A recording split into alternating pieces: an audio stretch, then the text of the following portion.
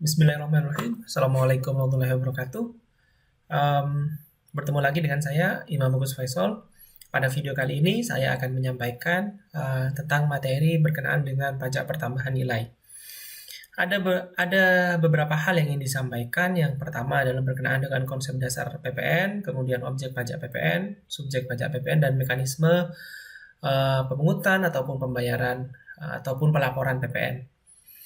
Nah, pajak pertambahan nilai ini saya ambil di Undang-Undang Nomor 42 Tahun 2009 tentang PPN, tentang pajak pertambahan nilai, bahwa PPN itu merupakan pajak yang dikenakan atas barang kena pajak ataupun jasa kena pajak.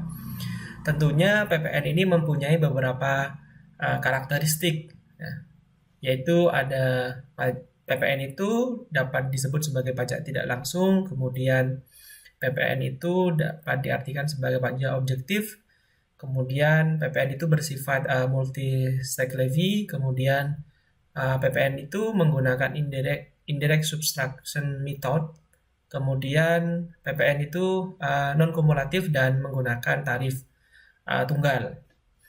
Nah, untuk PPN pajak tidak langsung itu sebenarnya dapat diartikan bahwa pemikul beban pajak dan penanggung jawab atas pelaporan dan penyetoran pajak. Artinya adalah bahwa orang yang menjual itu mempunyai tanggung jawab ya, untuk memiliki tanggung jawab untuk menyetorkan dan pelaporan. Contohnya misalkan saya membeli produk yang kategori barang kena pajak itu ke minimarket. Nah, kemudian saya dikenakan PPN. Nah, minimarket itu bertanggung jawab untuk melaporkan PPN yang dipungut dari saya, kemudian menyetorkan ke kas negara jika ada kurang bayar pajak yang harus dibayarkan oleh minimarket tersebut. Jadi, pemikul beban pajak, kemudian penanggung jawab atas pelaporan dan penyetoran pajak dilakukan oleh minimarket tersebut. Kemudian, beban pajak dialihkan kepada pihak lain. Artinya adalah bahwa PPN yang dipungut dari saya, ya, itu akan menjadi tanggung jawab minimarket sebagai penjual atas kewajiban perpajakan itu, yaitu dalam hal ini adalah pelaporan dan penyetoran pajak. Nah, kemudian bagaimana dengan saya? Saya kalau misalkan sebagai PKP atau pengusaha kena pajak, itu dapat mengkreditkan ya, atas pembelian saya. Nah, itu kita jelaskan nanti di video selanjutnya. Kemudian untuk PPN adalah pajak objektif. Jadi PPN itu ditentukan kalau ada objeknya. Objeknya ya sederhananya adalah barang kena pajak atau jasa kena pajak. Kemudian objektif itu dapat diartikan bahwa perlakuannya sama ya teman-teman ya. Perlakuannya sama. Jadi misalkan saya penghasilan sebulan 10 juta membeli barang di minimarket. Dengan tetangga yang penghasilannya 1 juta membeli juga barang di minimarket, barang kena pajak, itu kan sama juga. Sama aja dikenakan PPN. Itu dalam artian bahwa konteksnya adalah bahwa PPN sangat objektif. Pajak objektif karena tidak melihat atau tidak mengukur penghasilan saya dan penghasilan tetangga saya ketika berbelanja produk yang sama di tempat yang sama atau di PKP ya, di pengusaha kena pajak atau di tempat yang mengenakan PPN. Nah, sehingga subjek pajak itu tidak diperhatikan dalam PPN. Kemudian PPN ini menimbulkan dampak regresif. Nah, seperti yang saya sampaikan tadi, antara dua subjek pajak mempunyai penghasilan yang berbeda ketika belanja barang yang sama, termasuk dalam kategori BKP ataupun menggunakan JKP, maka PPN-nya dikenakan tarif yang sama, yaitu 10%. Namun dalam kondisi tertentu itu bisa berbanding terbalik ketika saya berbelanja barang yang mewah kemudian tetangga saya itu berbelanja barang yang biasa, misalkan tidak tergolong mewah. Nah, itu pajaknya juga akan berbeda. Kalau saya nanti akan dikenakan pajak pertambahan pajak penjualan barang mewah, kalau tangga saya dikenakan PPN, misalkan begitu. Nah, sehingga dampak regresif itu bisa ditekan ketika ada perbedaan belanja ya, ada perbedaan belanja dan pengenaan PPNBM yang tidak dikenakan pada penghasilan tetangga saya yang berbeda. Kemudian PPN bersifat multi stake levy. Jadi PPN ini dikenakan atas setiap rantai ya, teman-teman ya, setiap rantai produksi. Misalkan dari pabrik, kemudian pedagang besar, pedagang eceran, dan konsumen. Jadi mulai barang itu produksi, misalkan motor, misalkan di pabrik motor dirakit, kemudian pasang mesin, kemudian dijual ke dealer ya. Nah, atas jual itu ada proses PPN ya. Pabrik ketika menjual ke pedagang besar itu memungut PPN 10%. Kemudian pedagang besar itu dikenakan PPN juga. Nah, ketika pedagang besar menjual ke pedagang eceran, itu juga dikenakan PPN. Begitu juga dengan pedagang eceran menjual ke konsumen akhir, itu dikenakan PPN juga. Nah, jadi PPN itu dikenakan pada setiap mata rantai jalur produksi dan jalur retribusi barang. Contoh lain misalkan mie instan ya. Mie instan itu kan awalnya diproduksi dulu misalkan ya, produksi dulu. Pada waktu produksi, pabrik membeli tepung. Nah, ketika membeli tepung ya, itu dikenakan PPN oleh yang penjual tepung. Kemudian ketika produksi menjual, memungut PPN ketika menjual hasil produksinya mie instan ke pedagang besar. Nah, ketika pedagang besar menjual, dikenakan PPN lagi kepada pedagang eceran. Nah, kemudian itu definisi dari multi stake levy ya, teman-teman. Kemudian PPN terhutang dibayar menggunakan indirect subtraction method.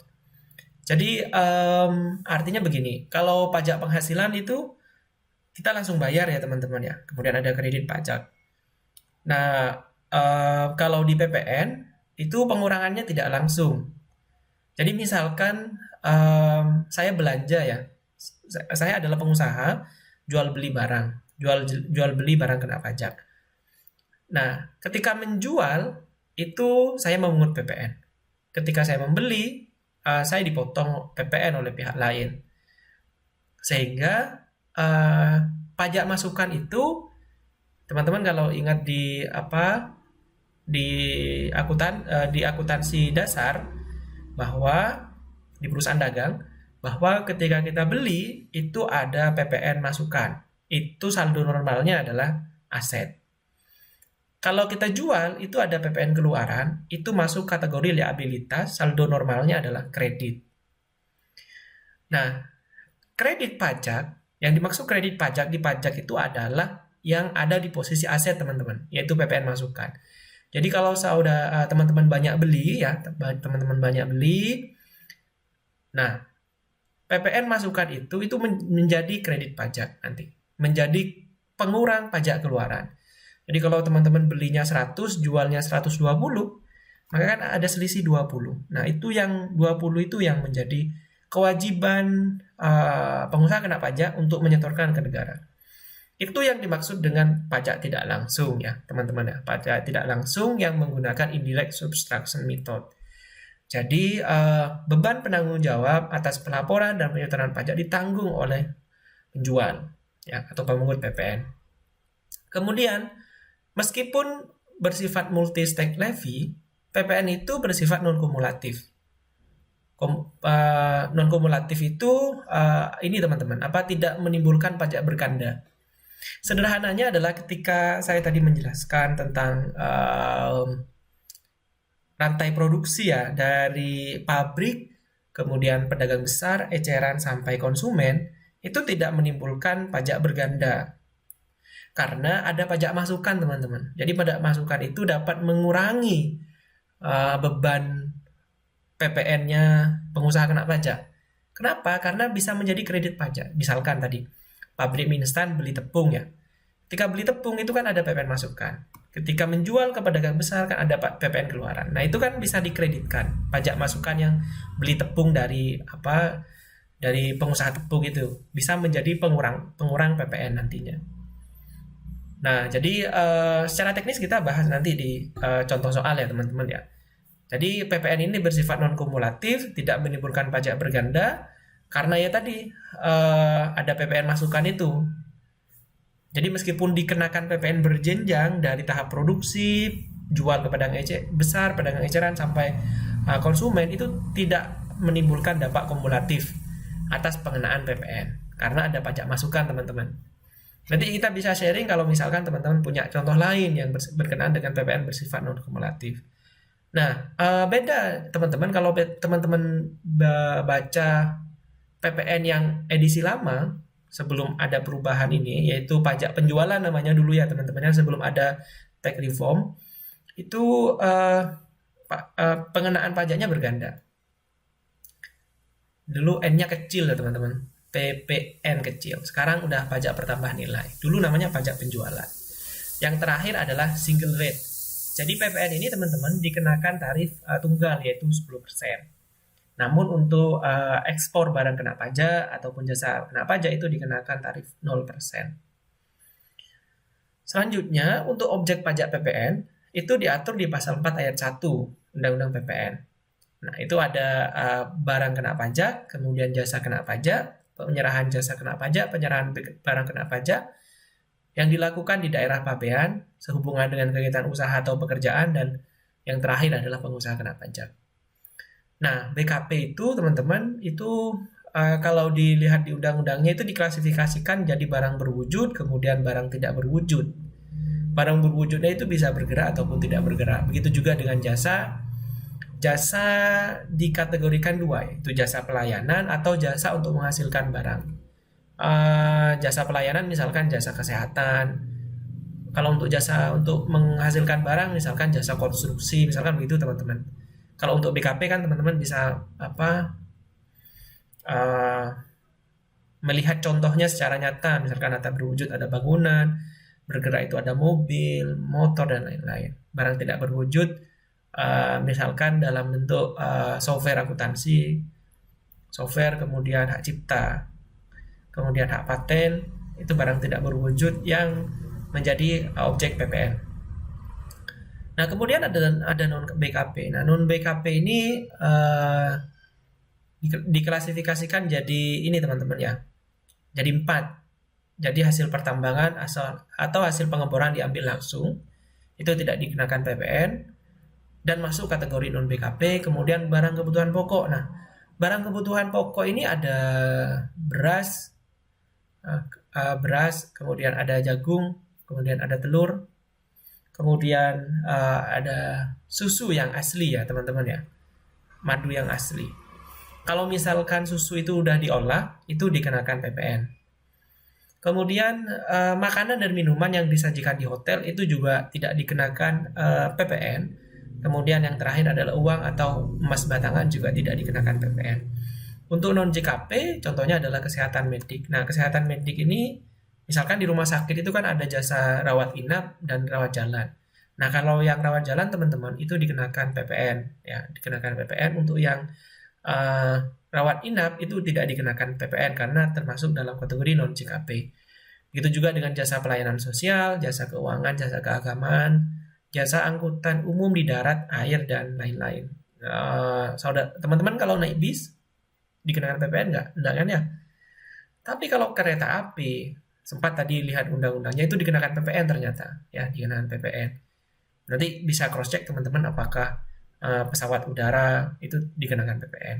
Untuk kapal feri mungkin teman-teman yang nyebrang dari Surabaya ke Kamal itu kan tidak ada PPN ya atas pengenaan karcis penyeberangan itu. Kemudian tentunya ada daerah pabean. Nah, daerah pabean ini wilayah Republik Indonesia yang meliputi zona ekonomi eksklusif baik itu di darat, air maupun udara. Kemudian yang terakhir adalah kegiatan usaha itu dapat didefinisikan sebagai aktivitas sehari-hari, aktivitas bisnis sehari-hari. Jadi kalau misalkan bergerak di bidang bisnis tekstil, nah jadi objeknya adalah atas bisnis tekstil. Jadi kalau misalkan ada penjualan sepatu yang bukan aktivitas utama, itu bukan merupakan objek PPN.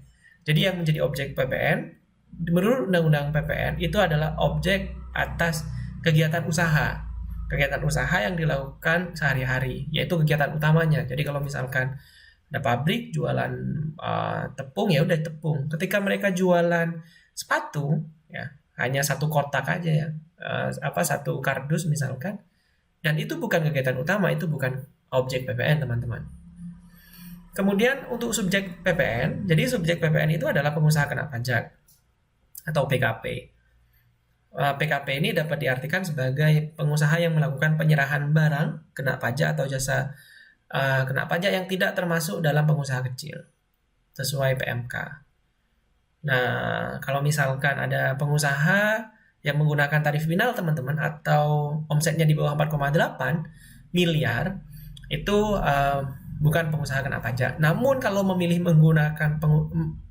menjadi pengusaha kena pajak itu, kalau misalkan ada pengusaha omsetnya di bawah 4,8 tapi memilih menjadi pengusaha kena pajak, itu bisa didaftarkan, pengusaha itu bisa mendaftarkan diri ke kantor pajak. Nah, di tabel ini adalah gambaran bagaimana ketika pengusaha kena pajak itu bertransaksi dengan konsumen atau siapapun ya, itu apakah dikenakan pajak atau tidak. Misalkan yang pertama itu PKP menyerahkan BKP atau JKP ke konsumen. Siapapun itu, baik itu adalah wajib pajak ataupun non wajib pajak, itu dikenakan PPN. Kemudian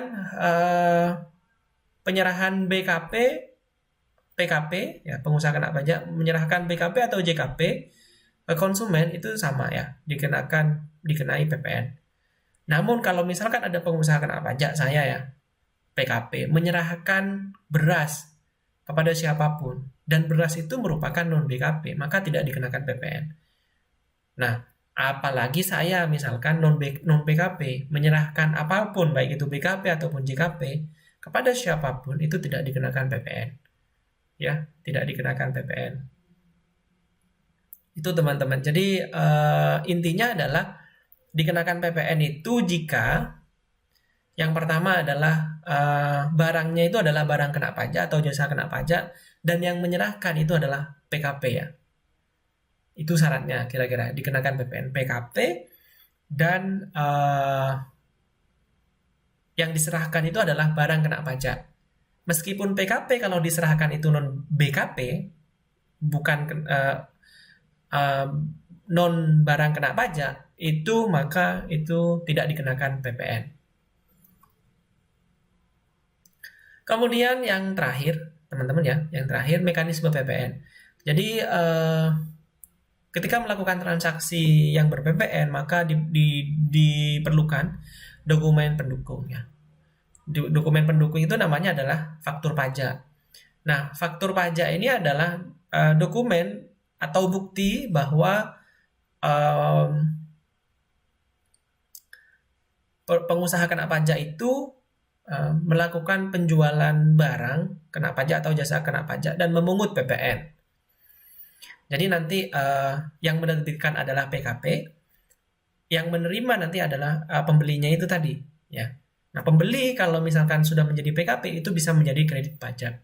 Tapi kalau pembelinya non PKP ya, non PKP, maka tidak bisa menjadi kredit pajak.